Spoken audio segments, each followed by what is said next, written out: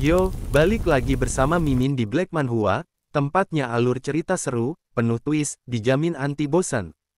Kali ini Mimin akan melanjutkan alur cerita, Martial Evolution, Start by Awakening the King of Monsters, dan untuk sinopsis kalian bisa baca di deskripsi, jadi gak usah kelamaan opening, langsung aja kita gas ke ceritanya.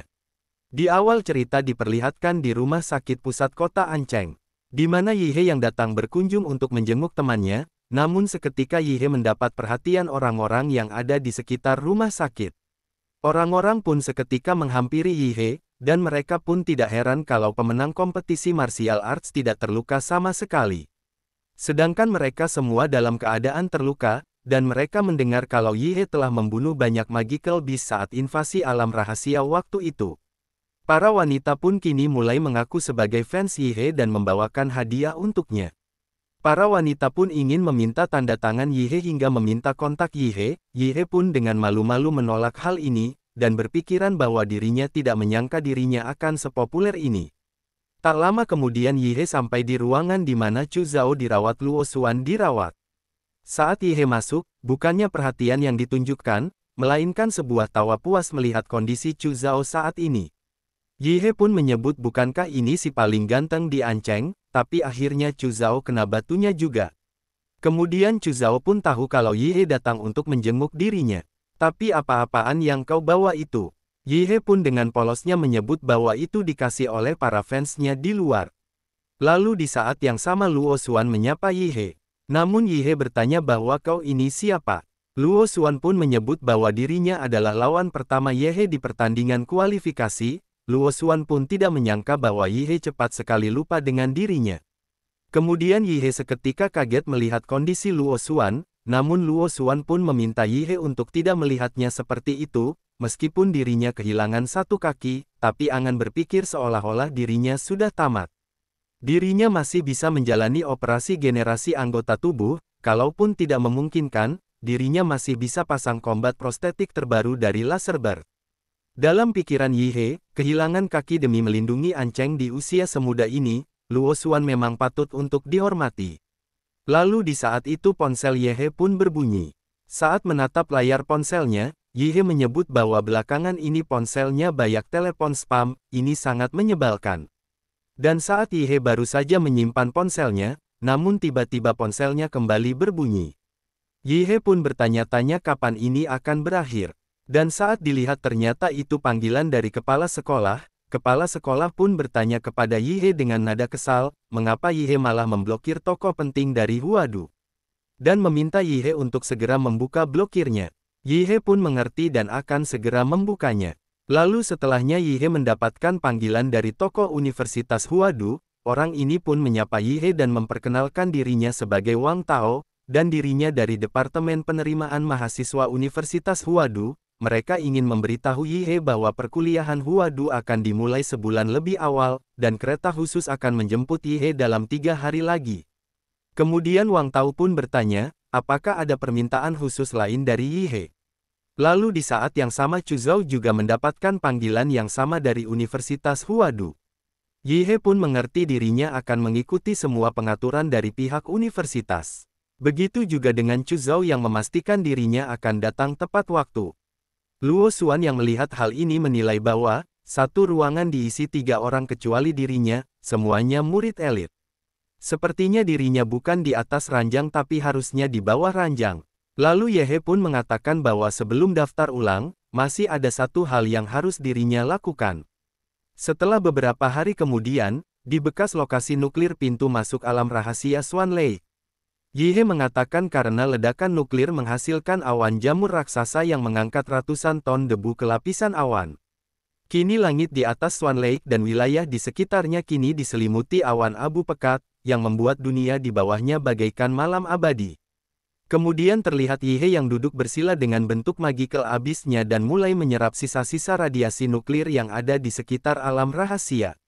Dan saat Yihe membuka matanya, muncul jendela status Yihe. Diketahui kekuatan fisiknya sebesar 27,4, dan template Mad Demon Emperor dengan compatibility yang sudah mencapai 38,9%, dan Colossal Titan mencapai sebesar 90%. Menurut Yi, setelah pertarungan melawan Blood Eye Black AP, tingkat kecocokan dengan template Mad Demon Emperor naik sebesar 1,5%.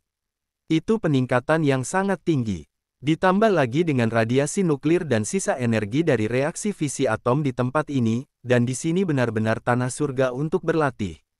Kemudian setelah pelatihan 3 hari, compatibility-nya bertambah lebih dari 6 poin lagi. Ini sungguh peningkatan yang luar biasa. Tapi sayang sekali dirinya harus segera pergi. Lalu berpindah ke stasiun kota Ancheng. Petugas pun mengumumkan kepada para penumpang kereta G666. Tujuan stasiun Barat Huadu akan berangkat dalam 5 menit, bagi yang belum masuk agar segera melakukan pemeriksaan tiket. Kemudian saat ini, Chu Zhou pun telah berada di stasiun menunggu kereta datang. Dan di saat itu Chu Zhou pun menyadari bahwa Yi He datang, dan benar saja Yi He datang dengan cara uniknya. Yi He pun merasa lega karena masih sempat untuk naik kereta. Kembali orang-orang sekitar pun merasa takjub dengan kedatangan Yi He. Tekanan aura tadi hampir bikin mereka ketakutan. Mereka pikir magical beast tingkat tinggi muncul lagi, mereka pun menyebut aura Yi He mengerikan sekali, bahkan martial art tingkat tinggi yang membakar darahnya tak punya tekanan sekuat ini, tidak heran jika Yi He menjadi kebanggaan kota Ancheng. Chu Zhou pun juga menyadari bahwa Yi He semakin kuat lagi. Lalu kini Yi He menatap kota Ancheng dan mengucapkan selamat tinggal pada kota ini. Ini adalah tempat pertama sejak dirinya bereinkarnasi, sekaligus titik awal dari perjalanannya. Dengan ini Yi He mengucapkan selamat tinggal dan sekarang dirinya akan menuju Huadu. Lalu saat ini di dalam kereta, Yi He menatap ke arah orang-orang yang sedang duduk di belakangnya. Chu Zhou pun bertanya, apakah Yi He tidak bisa lebih tenang sebentar saja? Kemudian Yi He pun bertanya, apakah semua penumpang di kereta ini siswa tingkat juara utama? Chu Zhou pun membenarkan hal itu. Dan bukan cuma itu saja, bahkan keretanya pun dibuat dengan struktur dan material paling canggih, bisa dengan mudah menahan benturan kekuatan ribuan ton. Tetapi meski begitu setidaknya para martial arts Xuanwu, yang secara terang-terangan maupun secara diam-diam mengawal kereta Huadu ini, setidaknya ada 5 orang, bahkan mungkin ada yang setingkat Grandmaster yang ikut menjaga. Soalnya penumpang di kereta ini adalah siswa paling jenius dari seluruh generasi di negara Xia. Dalam pikiran Yi He, dirinya menggunakan live magnetic field untuk merasakannya. Memang ada beberapa orang kuat tapi yang bisa menahan 3 jurus darinya, tak lebih dari 5 orang. Lalu di saat itu kereta pun mengumumkan sebuah tanda peringatan tingkat 1. Kereta Huadu diserang oleh musuh tak dikenal. Pengumuman itu pun memberitahu para penumpang bahwa profesor dan guru lainnya sedang menyelidiki situasinya. Diharapkan semua siswa yang tersisa untuk segera keluar dari gerbong dan jangan terlibat dalam pertempuran dengan musuh. Orang-orang pun tidak percaya dengan ini, siapa yang berani menyerang Huadu. Sebagian orang pun menduga, jangan-jangan ini cuma latihan buat menguji kemampuan kita sebagai mahasiswa baru. Namun seseorang menyebut bahwa ini belum tentu. Sekarang negara Xia sedang dalam masa paling lemah.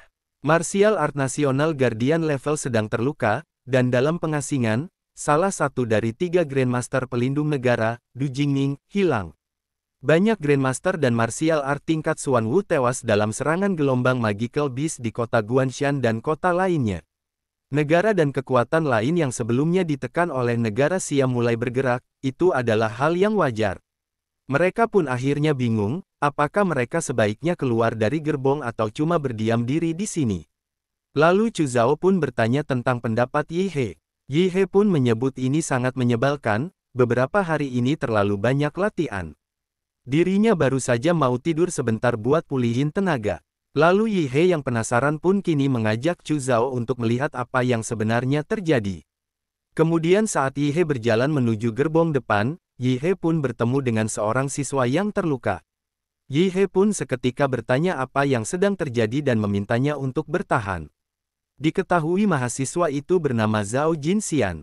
Zhao Jinxian pun dengan panik mengatakan kalau musuh sudah berhasil merebut 3 gerbong di depan. Mereka menguasai semacam domain khusus, bisa menarik orang ke dalam ruang terpisah, jadi dampak pertempurannya tidak menyebar keluar, di dalam sana ada musuh mengerikan yang sedang memburu semua orang. Guru-guru Xuanwu yang mengawal kita sudah tewas atau terluka parah semuanya. Mereka bekerja sama untuk mengeluarkan dirinya dari domain itu agar dirinya bisa memberitahu mereka agar segera lari, ini bukan latihan. Orang-orang pun seketika terkejut mendengarnya namun sebagian dari mereka bertanya buktinya mana. Zhao Jinxian bilang ada bahaya di depan, dan meminta Jiao Jinxian untuk menunjukkan buktinya. Lalu salah seorang dari mahasiswa baru bernama Yan Zhengqiong mengatakan bahwa, para guru memberikan Zhao Jinxian sebuah token, atau mungkin dari para korban lainnya, mengapa cuma Zhao Jinxian saja yang berhasil keluar. Dirinya punya teman dekat di gerbong depan, kekuatannya cukup untuk merebut posisi teratas murid baru. Yan Zhengqiong pun menekankan bahwa dirinya tidak percaya Zhao Jinxian bisa keluar, sedangkan temannya tidak bisa. Orang-orang pun seketika membenarkan perkataan dari Yan Zhengqiong. Yan Zhengqiong pun seketika meminta Zhao Jinxian untuk menjauh, dirinya akan maju ke depan. Zhao Jinxian pun tidak berdaya menghalau mereka untuk maju ke depan. Zhao Jinxian pun meminta mereka untuk menunggu, dirinya benar-benar serius di depan itu sangat berbahaya. Zhao Jinxian pun bertanya mengapa mereka tidak mau mendengarkan dirinya, dan meminta mereka untuk tidak pergi menuju kematian.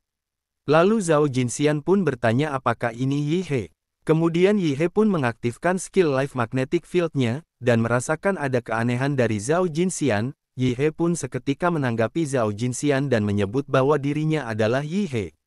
Yi He pun bertanya bagaimana Zhao Jinxian tahu tentang dirinya. Zhao Jinxian pun mengatakan bahwa, ada seorang gadis yang bernama Liu Qingzu yang menunjukkan foto Yi He kepada dirinya. Liu Qingzu meminta dirinya untuk memberitahu Yi He, jangan sekali-kali pergi ke gerbong depan.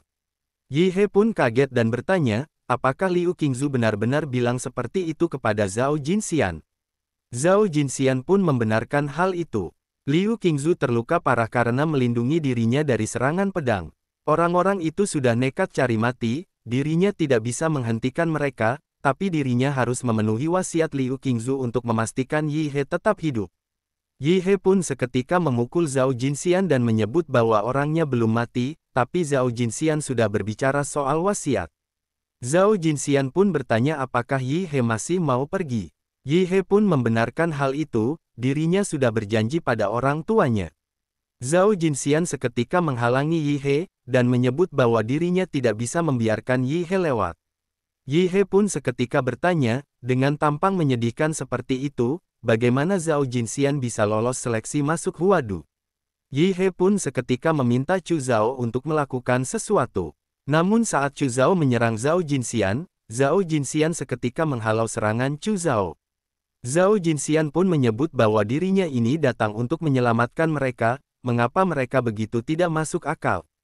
Sedikit-sedikit langsung main tangan, bagaimana mungkin murid seperti Liu Qingzu yang begitu sopan mengenal dua orang kasar ini. Yi He pun seketika memberikan pukulannya dan meminta Zhao Jinxian untuk menghentikan omong kosongnya. Zhao Jinxian yang menerima pukulan ini tidak menyangka betapa kuatnya kekuatan Yi He, jelas sekali dia berada di level yang berbeda dari dirinya. Yi He pun meminta maaf, dan pil energi darah ini dirinya serahkan kepada Zhao Jinxian, kami sedang terburu-buru.